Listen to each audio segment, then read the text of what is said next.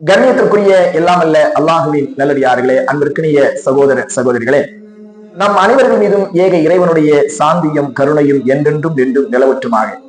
அன்பின் இஸ்லாமிய உறவுகளே, நபிகள் நாயகம் ஸல்லல்லாஹு அலைஹி வஸல்லம் அவர்கள் நயவஞ்சகர்களின் அடையாளங்களை பல்வேறு கட்டங்களில் நமக்கு அடையாளப்படுத்தி இருக்கிறார்கள்.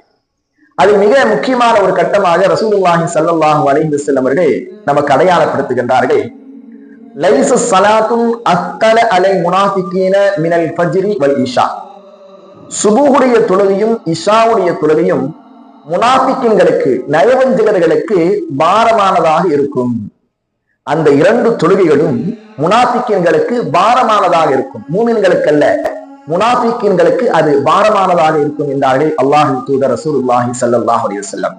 அன்பானவர்களே, ஃபஜ்ருடைய தொழுகை, இஷாவுடைய தொழுகை இமாம் ஜமாத்திற்கு வராமல் தாமதப்படுத்துகின்றார்களே, தொழாமல் இருக்கிறார்களே, அவர்கள் கொஞ்சம் சிந்தித்து பார்க்க வேண்டும்.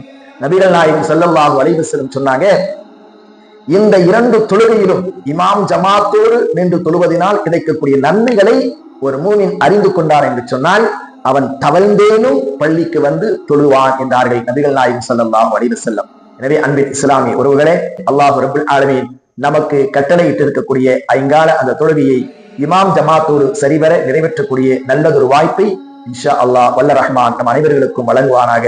அஸ்ஸலாமு அலைக்கும் வரஹ்மத்துல்லாஹி வபரகாத்துஹு.